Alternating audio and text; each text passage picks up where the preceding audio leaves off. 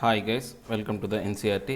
Already ఈ యొక్క 8th class సంబంధించినటువంటి జియోగ్రఫీలో ఉన్నామండి. 3 చాప్టర్స్ కంప్లీట్ చేసాం రీసోర్సెస్ కింద. ఇప్పుడు ఈరోజు వచ్చేసి అగ్రికల్చర్ అనమాట.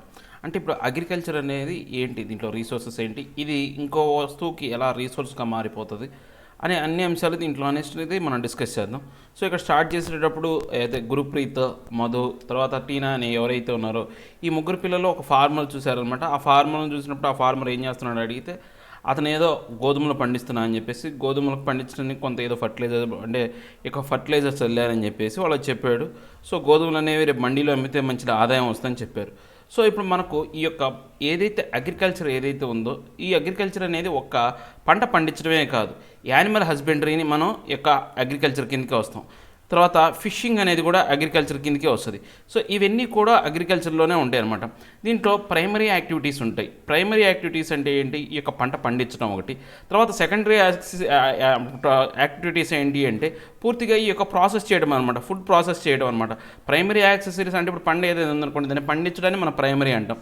సెకండరీ అంటే ఏంటి, దాన్ని ధాన్యంలోని అంటే దాన్ని ఏదైతే పొలాల్లో నుంచి కోత కోసుకొచ్చి వాటిని ఒక రా మెటీరియల్ లాగా ఏదైతే ఉందో బియ్యం వడ్లలాగా వాటిలా చేయటం. ఇంకా టెర్షరీ అంటే ఏంటి అంటే నెక్స్ట్ మనం చూస్తే కనుక అంటే ఆ వడ్లుగా చేయటం అదంతా కూడా వడ్లను బియ్యంగా మార్చడం అంతా కూడా సెకండరీ యాక్టివిటీ కిందగా వస్తుంది. టెర్షరీ యాక్టివిటీ వచ్చేసరికి ట్రాన్స్పోర్టు, ట్రేడ్, తర్వాత బ్యాంకింగ్ అంటే వాటికి సంబంధించినటువంటి ఏదైతే బ్యాంకింగ్ లావాదేవీలు జరపడం కావచ్చు, లేకపోతే ఇన్సూరెన్స్ కావచ్చు, తర్వాత వాటికి సంబంధించి అమ్మడానికి సంబంధించినటువంటి అడ్వర్టైజ్మెంట్, ఇవన్నీ కూడా మనకు టెర్షరీ యాక్టివిటీస్ కిందకి వస్తాయి అనమాట. సో ఇప్పుడు మనకు అగ్రికల్చర్ అనేది ప్రైమరీ యాక్టివిటీ అనమాట. మన భారతదేశంలో సగానికి సగం మంది ఈ యొక్క అగ్రికల్చర్ అంటే వ్యవసాయం మీద ఆధారపడేవాళ్ళు మొత్తం కూడా సగానికి సగం మంది ఫస్ట్ ఏంటి అంటే మొత్తం 100 మంది కనుక వ్యవసాయం చేస్తున్నాను అనుకోండి, దాంట్లో 50% మంది ఈ యొక్క పంట పండించడానికే ఉంటారనమాట.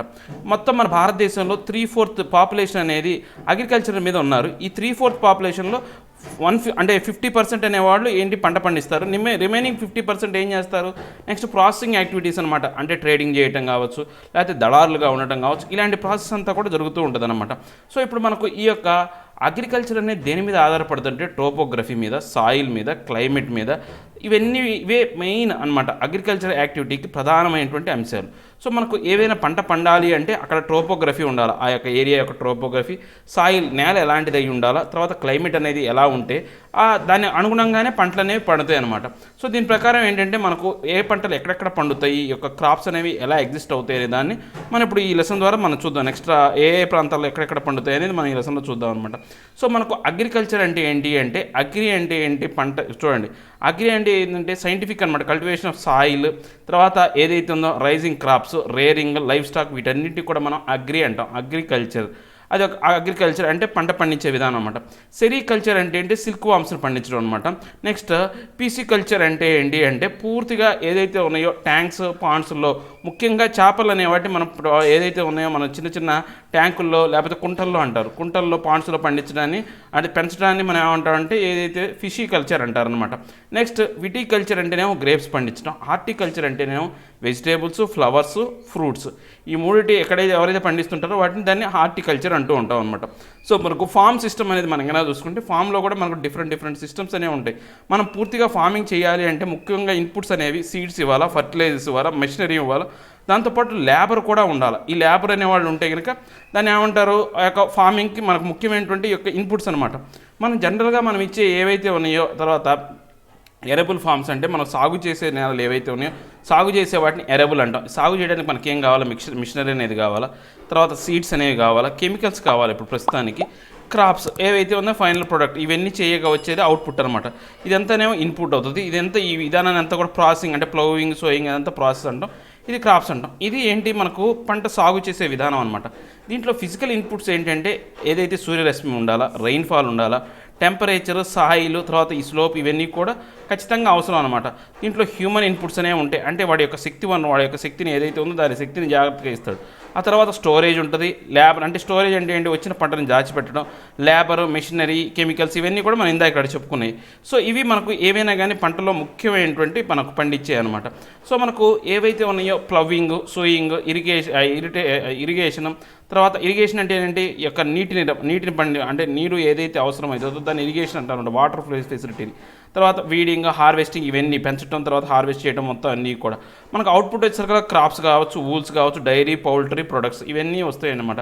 అంటే మనం ఏదైనా పంట పండించిన తర్వాత మనకు ఏదైతే పంట రావచ్చు, లేకపోతే ఊలు ఏదైతే ఉందో ఉన్ని అంటాం, జంతువులను పెంచామనుకోండి, గొర్రెలు మేకలు ఉన్ని వస్తుంది. డైరీ ప్రొడక్ట్స్ పాలు, తర్వాత కోడిగుడ్లు, తర్వాత ఇవన్నీ కూడా పౌల్ట్రీ, ఇవన్నీ కూడా ఈ యొక్క అగ్రికల్చర్లో భాగంగానే ఉంటాయి అన్నమాట. మనకు టైప్స్ ఆఫ్ ఫార్మింగ్లో 2 రకాలైనటువంటి ముఖ్యమైనటువంటి టైప్స్ ఆఫ్ ఫార్మింగ్ ఉంటాయి. ఏది సబ్స్టాన్షియల్ ఫార్మింగ్ ఒకటి, కమర్షియల్ ఫార్మింగ్ ఒకటి. సబ్స్టాన్షియల్ ఫార్మింగ్ అంటే ఏంటంటే వీటిని అమ్మటం కన్నా తమ కుటుంబ అవసరాల కోసం, ప్రయోజనాల కోసం వాడేదాన్ని ఈ యొక్క సబ్స్టాన్సివ్ ఫార్మింగ్ అంటాం అనమాట. దీంట్లో పెద్దగా మిషనరీ వాడరు, పెద్దగా లేబర్ అనేది ఉండదు, పెద్దగా ఎక్కువ నెలల్లో సాగు చేయరు అనమాట. వాళ్ళ కుటుంబానికి సరిపోయేంత మాత్రమే చేసుకుంటారు. మోస్ట్ ఆఫ్ ద లేబర్స్ ఎవరు ఉంటారంటే వాళ్ళ ఫ్యామిలీ మెంబర్సే ఉంటారు. ఈ యొక్క సబ్స్టాన్సివ్ ఫార్మింగ్లోనే ఇంటెన్సివ్ సబ్స్టాన్సివ్ ఫార్మింగ్ అనేది ఒకటి ఉంటుంది అనమాట, అగ్రికల్చర్ అనేది ఉంటుంది అనమాట.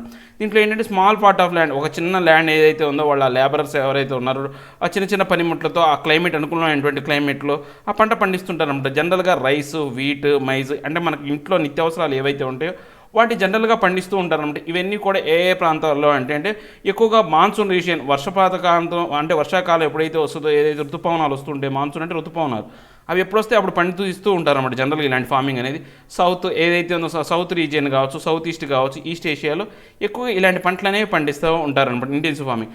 సో నెక్స్ట్ వచ్చేసి ప్రిమిటివ్ సబ్స్టాంటివ్ అగ్రికల్చర్. ఈ ప్రిమిటివ్ సబ్స్టాంటివ్ అగ్రికల్చర్ అనేది మనం ఏం చూసుకుంటే షిఫ్టింగ్ కల్టివేషన్ అనమాట, లేకపోతే నొమైడిక్ హెడ్డింగ్ అనమాటారు. షిఫ్టింగ్ కల్టివేషన్ అంటే మామూలుగా మనం షిఫ్టింగ్ చెప్పాలి అంటే ఏంటంటే ఇక్కడ ప్రజలు అనేవాళ్ళు ఒక చోట ఉండరు అనమాట. ఒక చోట నుంచి ఒక చోట తిరుగుతూ ఉంటారు. ఒక చోటలో ఏం చేస్తారు, పోయి అక్కడికి వెళ్ళి అక్కడ ఉన్నటువంటి చెట్లు, అరణ్యాలు ఏవైతే ఉన్నాయో వాటిని పూర్తిగా కొట్టేసి తగలబెడతారు. అక్కడ కొంతకాలం పంట పండిస్తారు. ఎప్పుడైతే నేలలో సారం తగ్గిపోద్ది అనగానే వాళ్ళు ఏం చేస్తారు అంటే వాళ్ళు వేరే చోటకి వెళ్ళి పంట అనేది పండిస్తారు. ఇలాంటి విధానం అనేది ఎక్కువగా అమెజాన్ బేసిన్లోను, ట్రోపికల్ ఆఫ్రికాలోను, పార్ట్స్ ఆఫ్ సౌత్ ఈస్ట్ ఏషియాలోను, నార్త్ ఈస్ట్ ఇండియాలోను ఇలాంటి విధానం అనేది ఉంటుందన్నమాట. సో వాళ్ళు ఈ యొక్క బర్నింగ్ ద్వారా ఏదైతే ఆ పంట ఏదైతే చెట్లను తగలబెట్టిన తర్వాత అక్కడ ఏం చేస్తారు, పంట పండిస్తారు. ఎక్కువగా మనకు ఇక్కడ ఏదంటే మైజ్ ఒకటి, ఒకటి, పొటాటోస్ అనేవి నార్మల్గా సర్వసాధారణంగా అక్కడ పండిస్తున్నారు అనమాట. కసావా అనేవి ఇలాంటివి ఎక్కువగా పండిస్తూ ఉంటారనమాట. సో ఇక్కడ ఎప్పుడైతే ఆ ల్యాండ్ అనేది పూర్తిగా పంట పండడానికి వీలు లేకుండా పోతుందో అక్కడ నుంచి వారు షిఫ్టింగ్ కల్టివేషన్లో వేరే చోట వెళ్ళిపోతారన్నమాట. ఇక నోమడిక్ హెడ్డింగ్ అంటే ఏంటంటే పశుపోషణ. అంటే వీళ్ళు నొమాడిక్స్ అంటే వాళ్ళు అంటే సంచార జీవనం జీవించేవాళ్ళు. వీళ్ళు ఒక చోట ఉండరని మనం ఆల్రెడీ చెప్పాం. సో వీళ్ళు ఏం చేస్తారు, పశువులు, గొర్రెలు కావచ్చు, మేకలు కావచ్చు, మనం చూస్తూ ఉంటాం చాలామంది మండలుగా ఏదైతే ఉందో గొర్రెలు అనేవి ఒక చోట నుంచి ఒక చోట తీసుకెళ్తూ ఉంటారు. నార్త్ ఇండియాలో అయితే ఏదైతే ఉన్నాయో ఇవి అంటే ఒంటెల్ని వాటిని తీసుకెళ్తూ ఉంటారు. పశువులు అంటే ఆవుల్ని తిప్పుతూ ఉంటారు. ఇలాంటివన్నీ కూడా మనం చూస్తుంటాం. వీళ్ళు ఒక చోట ఉండకుండా ఒక చోట అయితే ఏంటి వాళ్ళు ఒక పర్టికులర్ పాత్రలో వెళ్తుంటారు అన్నమాట. ఒక చోట అయితే వాటికి ఆహారం అనేది లభ్యత ఉండదన్నమాట. సో వాళ్ళు ఏం చేస్తుంటారు, తిరుగుతూ ఉంటారు అన్నమాట. రాజస్థాన్, జమ్మూ కాశ్మీర్, తర్వాత ఏదైతే సెంట్రల్ ఏషియా, తర్వాత సహారా రీజియన్స్లో ఎక్కువగా ఇలాంటి విధానం అనేది మనం చూస్తూనే ఉంటాం.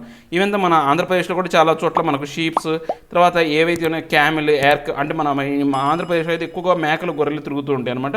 సో మిగతా చోట అయితే షీప్, క్యామెల్ అంటే ఒంటెలు, యాక్ ఇవన్నీ కూడా గోడ్స్ ఇవన్నీ తిప్పుతూ ఉంటారు అనమాట.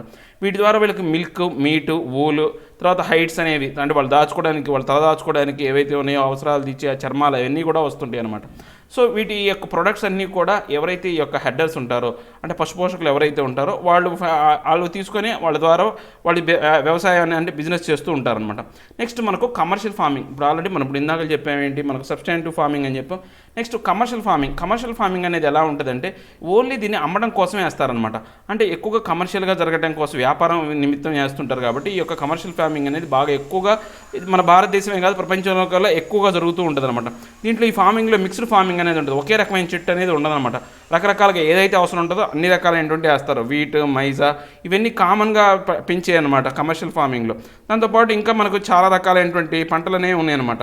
ఇక నార్త్ అమెరికా, యూరప్, ఆసియా లాంటి దేశాల్లో ఇలా కమర్షియల్ ఫార్మింగ్ అనేది చాలా ఎక్కువగా జరుగుతుంటుంది అనమాట. అంటే ఇది 1 ఎకరా 2 ఎకరాల్లో కాకుండా 100 ఎకరాల్లో ఇలాంటి యొక్క ఏదైతే పెంపకాలు అనేది జరుగుతుందో ఆ క్రాప్స్ అనేవి పెంచుతూ ఉంటారనమాట. సో ఇదంతా కూడా మిక్స్డ్ ఫార్మింగ్ అని కూడా అంటాం అనమాట. దీంట్లో ఈ మిక్స్డ్ ఫార్మింగ్లో ఏంటి అంటే ఫుడ్, తర్వాత ఫుడ్డర్ క్రాప్స్ అంటే ఏంటంటే పశుగ్రాసం అనమాట. ఫుడ్డర్ అంటే పశుగ్రాసం. సో తర్వాత లైవ్ స్టాక్ ఏదైతే ఉందో, లైవ్ స్టాక్ అంటే ఏంటి, జంతువులు అంటే ఏదైతే ఉందో కోళ్ళ పెంపకం, ఏదైతే గొర్రెల పెంపకం అంటే లైవ్ స్టాక్ అంటే, ఎందుకని తినడానికి ఉపయోగపడుతుంది, మనకు మనుషులకు ఆహారంగా కూడా ఉపయోగపడుతుంది, దాన్ని లైవ్ స్టాక్ అంటాం అనమాట. సో ఇది అంతా కూడా ఇలాంటి విధానం అంతా కూడా Europe, eastern USA, Argentina, south Australia, New Zealand, south Africa లాంటి దేశాల్లో బాగా ఎక్కువగా ఉంటుందన్నమాట. Next plantations. మనకు ప్లాంటేషన్స్ అనేవి మనం కనుక చూసుకుంటే దీంట్లో కమర్షియల్ ఫార్మింగ్లో రకరకాలైనటువంటి ప్లాంట్స్ అనేవి ఉన్నాయన్నమాట. టీ ఉంటాయి, కాఫీ ఉంటాయి, షుగర్ కేన్ ఉంటాయి, క్యాష్యూస్, రబ్బరు, బనానా, కాటన్, తర్వాత ఇవన్నీ కూడా చాలా ఎక్కువ మొత్తంలో పండిస్తూ ఉంటారన్నమాట, పెంచుతూ ఉంటారనమాట. సో ఈ మేజర్ ప్లాంటేషన్స్ అనేవి మనకు ట్రోపికల్ రీజియన్లో ఏదైతే ఉన్నాయో ప్రపంచంలో చూసుకుంటే రబ్బర్ అనేది మలేషియాలోను, కాఫీ అనేది బ్రెజిల్లోను, తర్వాత టీ వచ్చేసి ఇండియా, శ్రీలంక అనే వాటిలో చాలా ఫేమస్ అనమాట, బాగా ఎక్కువగా పండుతుంటాయి. ఇది బాగా గుర్తుపెట్టుకోవాలండి. రబ్బర్ అనేది మలేషియా ఫేమస్. సో రబ్బర్ అనేది ఎక్కువగా మలేషియాలో పండుతుంటుంది. కాఫీ వచ్చేసి బ్రెజిల్ అనమాట. తర్వాత టీ వచ్చేసి ఇండియా, శ్రీలంకలో బాగా ఉంటుంది అనమాట. సో మనకు మేజర్ క్రాప్స్ అనేవి చూస్తే కనుక లార్జ్ వెరైటీ ఆఫ్ క్రాప్స్ అనేవి ఉన్నాయన్నమాట. దీంట్లో లార్జ్ వెరైటీ ఆఫ్ క్రాప్స్లో మనకు వీట్, రైస్, మైజా, మిల్లెట్స్ ఏవైతే చిరుధాన్యాలు అవన్నీ ఉన్నాయన్నమాట. సో మిల్లెట్స్ అంటే మైజ్ అంటే చిరుధాన్యాలు, నవధాన్యాలు, మిల్లెట్స్ అంటే ఇవన్నీ కూడా ఉన్నాయన్నమాట. మనకు జూట్, కాటన్ అనేవి మనం కనుక చూసుకుంటే ఫైబర్ అంటే ఏంటి అంటే ఈ యొక్క గుడ్డ తయారు చేసేదానికి సంబంధించినటువంటి ఫైబర్ క్రాప్స్ అనమాట. మనం ఈ జూట్ని అయితే గోల్డెన్ ఫైబర్ అంటాం అనమాట, అంటే బంగారులాగా ఉంటుందని చెప్పేసి. ఇది జనపనార అంటారు. గోన సంచులు, గెయిన్ బ్యాగ్స్ అనేవి తయారు చేస్తూ ఉంటారు అనమాట. ఇక మనం రైస్ కనుక చూస్తే ఏంటంటే రైస్ అనేది ప్రపంచంలో కల్లా మేజర్ క్రాప్ అనమాట. ఈ యొక్క చాలా దేశాలు ఏవైతే ఉన్నాయో వీటికి ఆహారంగా తీసుకున్న దేశాలు చాలా ఉన్నాయన్నమాట. సో ఈ రైస్ అనేది బాగా పెరగాలి అంటే హై టెంపరేచర్ ఉండాలా, హై హ్యూమిడిటీ ఉండాలా, దాంతోపాటు రెయిన్ఫాల్ కూడా అత్యంత ఎక్కువగా ఉండాలి, హై రెయిన్ఫాల్ అనేది ఉండాలి. చూడండి రైస్కి ముఖ్యంగా ఇవి గుర్తుపెట్టుకోవాలండి. హై టెంపరేచర్ ఉండాలా, హై హ్యూమిడిటీ అంటే ఏదైతే ఉందో గాలిలో ఆర్ద్రత అనేది ఉండాలా, తర్వాత రెయిన్ఫాల్ కూడా బాగా ఎక్కువగా ఉండాలన్నమాట. సో ఇక అలువాయి సాయిల్, క్లేయర్ సాయిల్, తర్వాత ఏదైతే వాటర్ని ఎక్కువగా ఉంచుకునే నల్లరేగడి నేలలో బాగా పండుతుంది అనమాట. మనకు చైనా అనేది ప్రపంచంలోనే ఎక్కువగా ఈ యొక్క రైస్ని అనేది బాగా ఎక్కువగా పండించే దేశాల్లో ఫస్ట్ ఉంటుంది అనమాట. తర్వాత India, Japan, Sri Lanka, next Egypt అనమాట. సో దీనికి ఫేవరబుల్ క్లైమేట్ అనేది వెస్ట్ బెంగాల్లోను, బంగ్లాదేశ్లోను ఎక్కువగా ఉండటం వల్ల ఇది సంవత్సరంలో 2-3 పంటలు అనేవి పండుతూ ఉంటాయి అనమాట. నెక్స్ట్ మనకు వీట్ అనేది కనుక చూస్తే ఈ వీటికి కూడా మనకి ఏంటి ఈ యొక్క టెంపరేచర్, అట్మాస్ఫిక్ టెంపరేచర్ అనేది ఎలా ఉండాలో చూడాలి.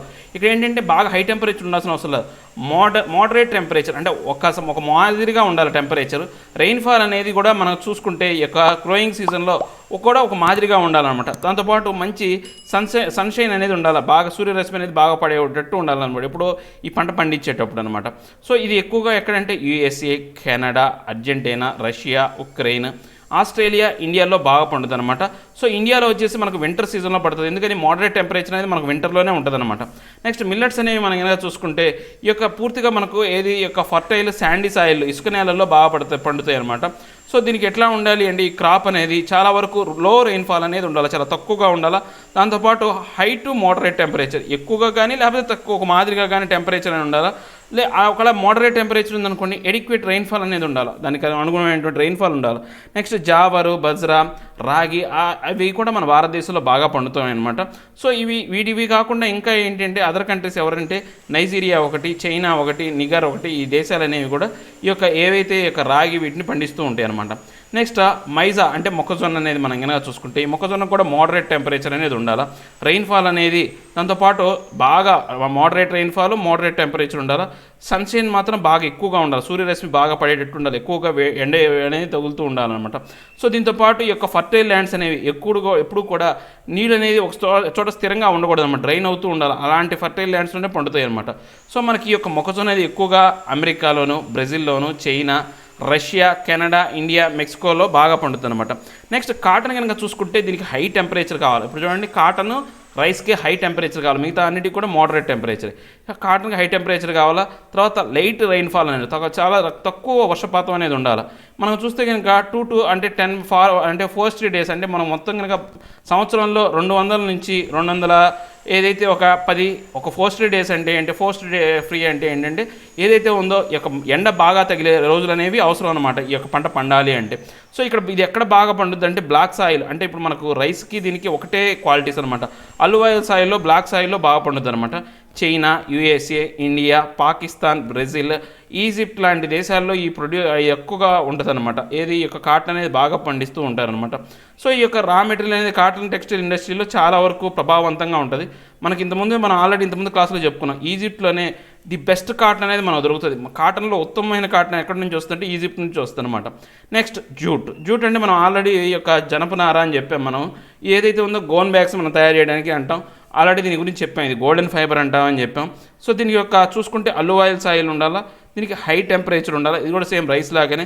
తర్వాత హెవీ రెయిన్ఫాల్ ఉండాలా, తర్వాత హ్యూమిడ్ క్లైమేట్ సేమ్ రైస్కి దీనికి సేమ్ ఒక అట్మాస్ఫియర్ కండిషన్స్ అనేవి ఉండాలి. సో ఇది మానవులుగా ట్రోపికల్ ఏరియాస్లో మన భారతదేశంలోనూ బంగ్లాదేశ్లో బాగా ఎక్కువగా పండుతాయి అనమాట. సో అందుకే ఇవి లీడింగ్ ప్రొడ్యూసర్ అనమాట జూట్ అనేది. ఇక కాఫీ కనుక చూసుకుంటే ఏంటంటే వామ్గా ఉండాలా, వెట్ క్లైమేట్ ఉండాలా, ఎప్పుడూ కూడా వేడి ఎక్కువ ఉండాలా, ఏది కూడా కొంచెం తడి క్లైమేట్ అనేది ఉండాలి, వెట్గా ఉండాలన్నమాట. సో మనకు ఈ యొక్క ఏదైతే ఉందో ఈ యొక్క డ్రైన్ లూమి సాయిల్ అనేది అంటే బాగా ఎండిపోయే నేలలో బాగా పండుతూ ఉంటుంది అనమాట. బ్రెజిల్ అనేది ఈ యొక్క కాఫీ దాంట్లో బాగా పెంపకంలో బాగా ఫేమస్ అనమాట. ఆ తర్వాత కొలంబియా, ఇండియా అనేది ఫేమస్. ఇక టీ అనేది కనుక చూసుకుంటే ఏంటంటే ఇది ఒక బ్యావరేజ్ అనమాట. అంటే మనం ఏదైతే పానీయాలకు ఉపయోగించే ఒక పంట అనమాట. సో ఇక్కడ ప్లాంటేషన్ అనేది మనం కనుక చూసుకుంటే ఏంటంటే హెవీ రెయిన్ఫాల్ అనేది ఉండాలి, సంవత్సరం మొత్తం ఎక్కువగా ఉండాలన్నమాట. సో ఈ యొక్క టెండర్ లీవ్స్ అనేవి బాగా వస్తాయి అనమాట హెవీ రెయిన్ఫాల్ ఉంటేనే. సో ఇక్కడ మనకు ఆ సాయిల్ కూడా బాగా ఇప్పుడు ఏదైతే ఉందో డ్రైన్డ్ అయ్యే సాయిలే ఉండాలన్నమాట, వెల్ డ్రైన్డ్ సాయిల్ అనేది ఉండాలి.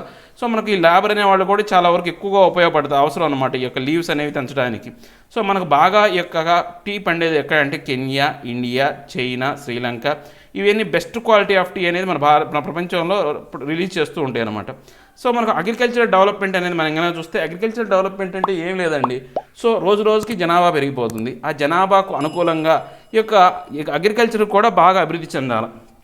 అంటే ఈ పాపులేషన్ని బేర్ చేసే విధంగా బాగా సరిపోయేంత విధంగా ఆహారాన్ని పండించడం అనేది ముఖ్యంగా అగ్రికల్చర్ డెవలప్మెంట్ అంటాం అనమాట. మనకు ఈ యొక్క డిఫరెంట్ ప్లేసెస్లో డిఫరెంట్ పార్ట్స్ ఆఫ్ ద వరల్డ్లో మనకి ఈ డెవలప్మెంట్ అనేది మనం చూస్తూ ఉన్నాం అనమాట. ఎందుకని వీళ్ళు రకరకాలైనటువంటి పంటలు పండించడం, అంటే రకరకాల వేరియంట్స్ అనేవి, అంటే హై ఈల్డ్ క్వాలిటీ ఏదైతే ఉన్నాయో ఆ సీడ్స్ని వాళ్ళు తయారు చేయడం కావచ్చు, అలాంటి రకరకాల విధానాలు అనేవి మనం చూస్తూ ఉన్నాం అనమాట. అంటే తక్కువ ఏరియాలోనే ఎక్కువ పంట ఎలా పండించాలనే మీద ఎక్కువగా రీసెర్చ్ జరుగుతూ ఉంటుంది అనమాట.